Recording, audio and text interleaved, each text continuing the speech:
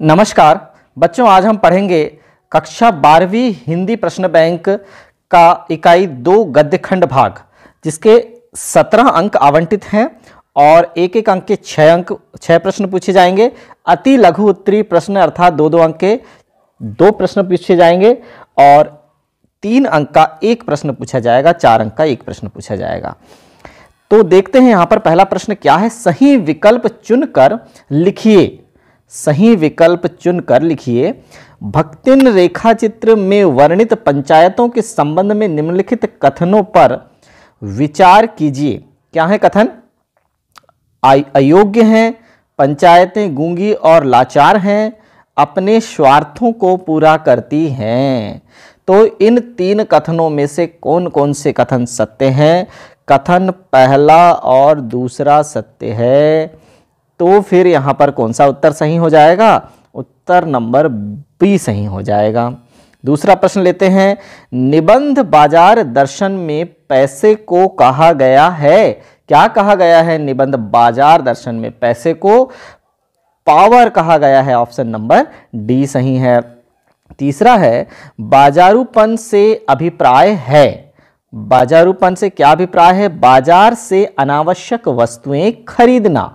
बाजारूपन यानी बाजार से अनावश्यक वस्तुएं खरीदना। चौथा प्रश्न है, पहलवान के गांव में बीमारी फैल गई थी, मलेरिया और हैजा। तो कौन सा उत्तर सही होगा? ऑप्शन नंबर ए सही है।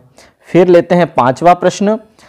5वां प्रश्न है, लुट्टन सिंह ने नामी पहलवान को हराया था।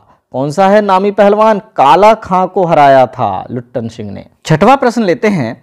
बाजार के जादू की ओर सबसे ज्यादा आकर्षित इंद्री है।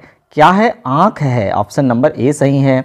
7वां है, पहलवान की ढोलक कहानी की शुरुआत में किस ऋतु का उल्लेख मिलता है? शीत ऋतु का उल्लेख मिलता है। ऑप्शन नंबर डी सही है। फिर 8वां लेते हैं। हजारी प्रसाद द्विवेदी के अनुसार कवि वही है जो अनासक्त योगी रह सके, मस्त और बेपरवाह रह सके। यानी ऑप्शन नंबर डी सही है। पहला और दूसरा उत्तर दोनों सही हैं, अर्थात ऑप्शन नंबर डी सही है। फिर यहां पर हम लेते हैं अगला प्रश्न। शिरीष के फूल निबंध के आधार पर शिरीष के फूल और शिरीष के फल में क्या अंतर है? क्या अंतर है शिरीष के फूल और शिरीष के फल में? तो यहां पर हम लेते हैं ऑप्शन नंबर पहला इसका सही है। शिरीष का फूल संस्कृत साहित्य में बहुत कोमल माना जाता है तथा शिरीष के फल इतने मजबूत होते हैं कि नए फूलों के निकल आने पर भी स्थान नहीं छोड़ते। यानी केवल पहला वाला उत्तर सही है, ऑप्शन नंबर ए। फिर लेते हैं अगला नंबर 10। 10वें नंबर का प्रश्न है, बाबा साहेब भीमराव अंबेडकर के अनुसार भारतीय समाज में बेरोजगारी और भुखमरी का कारण क्या है? ऑप्शन नंबर बी सही है, जातिवाद। फिर 11वां है, जातिवाद के संदर्भ में निम्नलिखित कथनों पर विचार कीजिए। चलिए ले लेते हैं कथनों को। कथन है, जाति प्रथा पेशों का दोषपूर्ण पूर्व निर्धारण करती है, मनुष्य को जीवन भर के लिए एक पेशे में बांध भी देता है।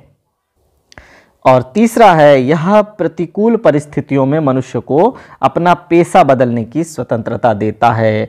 पेशा बदलने की स्वतंत्रता तो नहीं देता, लेकिन ऊपर वाले दोनों सही हैं। ऊपर वाले दोनों सही हैं, अर्थात पहला और दूसरा दोनों सही हैं। तो ऑप्शन नंबर बी पर टिक लगाएंगे। 12वां प्रश्न लेते हैं। बाबा साहेब के अनुसार आदर्श समाज की स्थापना के लिए क्या जरूरी है? स्वतंत्रता, समानता, भाईचारा। ये तीनों सही हैं, तो यहां पर लगा देंगे ऑप्शन नंबर डी, उपर्युक्त सभी। फिर 13वें नंबर का प्रश्न है, हजारी प्रसाद द्विवेदी द्वारा रचित बाण भट्ट की आत्मकथा किस विधा पर आधारित है? बाण भट्ट की आत्मकथा एक उपन्यास है। ऑप्शन नंबर सी सही है। 14वां है गांव की भाषा संस्कृति और वहां के लोग जीवन को उजागर करने वाले साहित्यकार कौन हैं? कौन है? Phanishwarnath Renu. Option number B सही है। 15वां है भीमराव अंबेडकर के अनुसार दासता का संबंध निम्नलिखित में से किससे नहीं है? कानून से नहीं है। ऑप्शन नंबर बी सही है। निम्नलिखित कथनों के लिए सत्य असत्य लिखिए। चलिए सत्य असत्य हमें यहां पर लिखना है। तो पहला है भक्तिन की सत्य निष्ठा ने उसे सत्यवादी हरिश्चंद्र बना दिया था। असत्य कथन है यह, असत्य। फिर दूसरा लेते हैं लक्ष्मण की माता का नाम अंजना था। यह भी कथन असत्य है। फिर तीसरा लेते हैं भारत सरकार द्वारा जैनेन्द्र कुमार को पद्म भूषण से सम्मानित किया गया। सत्य कथन है यह।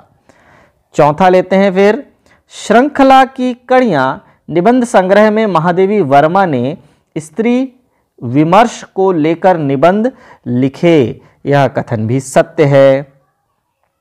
फिर पांचवा है संस्मरण विधा में काल्पनिकता का अत्यधिक प्रभाव देखने को मिलता है। तो काल्पनिकता का अत्यधिक प्रभाव देखने को मिलता है क्या? नहीं, यह कथन असत्य है, वास्तविकता होती है। छठवां देखिए जैनेन्द्र कुमार ने अर्थशास्त्र को अनीति शास्त्र की संज्ञा दी है। दी क्या? बिल्कुल दी। तो यह कथन सत्य है। फिर सातवां है लुट्टन का पालन पोषण उसकी सास ने किया था। यह कथन भी सत्य है। फिर आगे देखते हैं अमलतास को आरगवध भी कहा जाता है। यह कथन सत्य है। तो यहां पर भी लिख देंगे सत्य। फिर 9वां आता है कर्णात राज की प्रिया विज्जिका देवी कालिदास और कबीर के अतिरिक्त किसी को भी कवि स्वीकार नहीं करती। असत्य कथन है यह। फिर 10वां लेते हैं शिरीष के फूल निबंध के अंत शिरीष की तुलना सुमित्रानंदन पंत से की गई है। यह कथन असत्य है। फिर 11वां लेते हैं दूध और पानी के मिश्रण को भाईचारे का प्रतीक माना गया है। सत्य कथन है यह।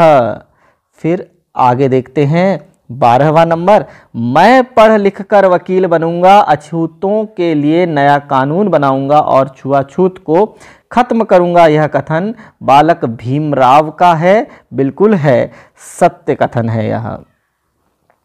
रिक्त स्थानों की पूर्ति कीजिए। अब देखते हैं पहला है लुट्टन खालिस्तान को अपना गुरु मानता था। किसे मानता था? ढोलक को। फिर दूसरा है सामान्य जरूरत के हिसाब से नहीं, खालिस्तान के हिसाब से आता है। किसके हिसाब से? परचेजिंग पावर है वो। ऑप्शन नंबर पहला वाला। फिर तीसरा खालिस्तान लेते हैं महादेवी वर्मा का जन्म उत्तर प्रदेश के खालिस्तान में हुआ था। कहाँ हुआ था? फर्रुखाबाद में हुआ था ना, तो ये फर्रुखाबाद आ जाएगा यहाँ। फिर अगला है भक्तिन के पिता का नाम खालिस्तान था, सूरमा था, तो ये आ जाएगा सूरमा। मनुष्य अपनी आर्थिक मनोवृत्ति के कारण अनावश्यक खरीदारी करता है। यहाँ आर्थिक आ जाएगा। छठवां है बाजार दर्शन पाठ में ग्राहक की चर्चा की गई है। किसकी? ग्राहक की, तो यहाँ ग्राहक आ जाएगा। सातवां है कुत्ते शरीर को सिकोड़कर जाड़े की खालिस्तान की ढेरी में सो रहे थे, राख की ढेरी में सो रहे थे, तो यहाँ जाएगा राख। फिर 8वां नंबर है गद्य में काव्य की सी भाव प्रवणता, आत्मपरकता और विषय प्रधानता खालिस्तान में पाई जाती है, ललित निबंध में पाई जाती है। किसमें पाई जाती है? ललित निबंध में। 9वां है खालिस्तान मूलतः सामूहिक जीवनचर्या की एक रीति तथा समाज के सम्मिलित अनुभवों के आदान प्रदान का नाम है। क्या है? लोकतंत्र है। लोकतंत्र मूलतः सामूहिक जीवनचर्या की एक रीति तथा समाज के सम्मिलित अनुभवों के आदान प्रदान का नाम है। 10वां है रेखा चित्र को अंग्रेजी में स्केच कहा जाता है। क्या कहा जाता है? स्केच कहा जाता है। फिर निम्नलिखित प्रश्नों के उत्तर एक वाक्य में लिखिए।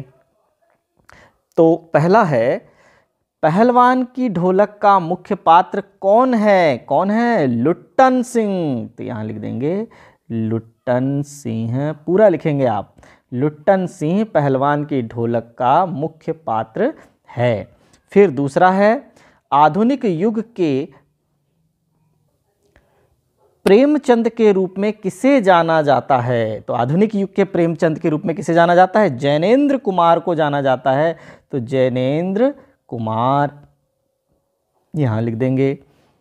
तीसरा है साहित्यकारों की निकटता, आत्मीयता और प्रभाव का कलात्मक उल्लेख महादेवी वर्मा की किस रचना में मिलता है? पथ के साथी में मिलता है। किस में मिलता है? पथ के साथी। फिर चौथा नंबर है सेवा धर्म में भक्तिन किस पौराणिक देवता से स्पर्धा करती है? किस पौराणिक देवता से? हनुमान से। हनुमान से स्पर्धा करती है। तो पूरा लिखेंगे सेवा धर्म में भक्तिन हनुमान से स्पर्धा करती है। अगला है साहित्य में नवजागरण काल किस युग से संबंधित है? नवजागरण काल भारतेंदु युग से संबंधित है। तो लिख देंगे भारतेंदु युग। फिर अगला है 6वां नंबर हिंदी गद्य के उत्कर्ष का सूर्योदय किस युग को कहा जाता है? द्विवेदी युग को कहा जाता है। यहाँ लिख देंगे द्विवेदी युग को। फिर अगला 7वां नंबर है फिजूल सामान को फिजूल समझने वाले लोगों को क्या कहा गया है? संयमी कहा गया है। उन्हें क्या कहा गया है? संयमी कहा गया है। फिर 8वां नंबर है शिरीष अपने लिए रस कहाँ से प्राप्त करता है? वायुमंडल से। तो यहाँ जाएगा वायुमंडल से। फिर अगला है प्राचीन कर्णात राज्य का आधुनिक नाम क्या है? कर्नाटक है। तो यहाँ पर लिख देंगे कर्नाटक। और 10वां है हाय वह अवधूत आज कहाँ है? इस पंक्ति में अवधूत शब्द का प्रयोग किसके लिए हुआ है? महात्मा गांधी के लिए हुआ है। तो यहाँ लिख देंगे महात्मा गांधी। 11वां नंबर है श्यामनगर के दंगल में लुट्टन ने किसे हराया था? चांद सिंह को हराया था। किसे हराया था? चांद सिंह को हराया था। फिर लेते हैं 12वां नंबर विख्यात भाषण एनिहिलेशन ऑफ कास्ट 1936 को पुस्तिका के रूप में वितरित किया गया था। इस पुस्तिका के लेखक का नाम लिखिए। क्या था लेखक का नाम? डॉक्टर भीमराव अंबेडकर। डॉक्टर भीमराव अंबेडकर।